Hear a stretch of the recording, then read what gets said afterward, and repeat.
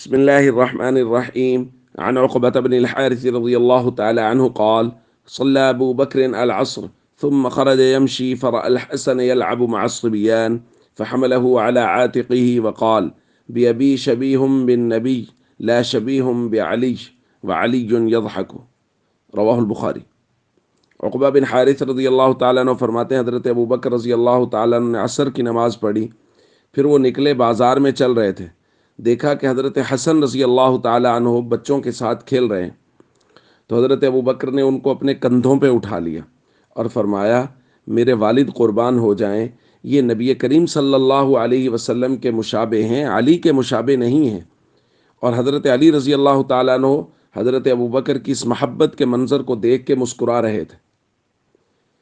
دوستو، یہ صحابہ اور اہل بیت کی محبت کا ایک خوبصورت منظر ہے کہ حضرت ابو بکر حضرت حسن رضی اللہ تعالیٰ عنہ کو اپنے کندھوں پر اٹھائے ہوئے ہیں، چونکہ انہوں نے دیکھا تھا نا کہ حضرت حسن کو نبی پاک صلی اللہ علیہ وسلم اپنے کندھوں پر اٹھاتے تھے، تو حضرت ابو بکر نبی پاک صلی اللہ علیہ وسلم کے طریقے کے مطابق حضرت حسن کو اپنے کندھوں پہ اٹھائے ہوئے ہیں اور فرما رہے ہیں کہ یہ نبی پاک صلی اللہ علیہ وسلم کے زیادہ مشابہ ہیں، علی کے زیادہ مشابہ نہیں ہیں۔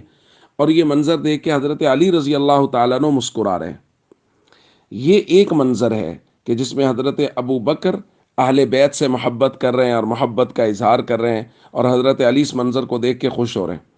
ایک دوسرا منظر بھی دیکھیے، محمد بن حنفیہ جو حضرت علی رضی اللہ تعالیٰ عنہ کے بیٹے ہیں، وہ کہتے ہیں: قلت لابی، میں نے اپنے والد سے پوچھا، یعنی حضرت علی رضی اللہ تعالیٰ عنہ سے، ای الناس خیر بعد رسول اللہ صلی اللہ علیہ وسلم، نبی کریم صلی اللہ علیہ وسلم کے بعد سب سے زیادہ بہتر شخص کون ہے؟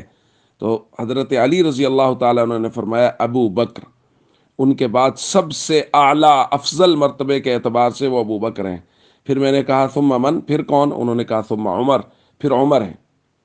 یہ حضرت علی کی محبت کا منظر ہے۔ تو یہ جانبین سے محبتیں نبی پاک صلی اللہ علیہ وسلم کے زمانے میں، ان کے بعد یہ محبتیں قائم رہیں۔ یہ چند فتنہ پرور اور بدبخت لوگوں نے لوگوں کے درمیان یہ باتیں پھیلانا شروع کر دیں کہ جی وہ تو بڑے مسائل تھے۔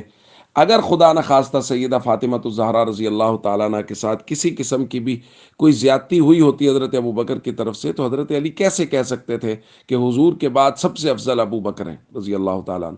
یہ کچھ لوگوں نے غلط فہمیاں پیدا کرنے کی کوشش کی ہے۔ ہمیں ہمیشہ ان سے بچنا چاہیے اور صحابہ اور اہل بیت سے ہمیشہ محبت رکھنی چاہیے۔ والسلام علیکم ورحمۃ اللہ وبرکاتہ۔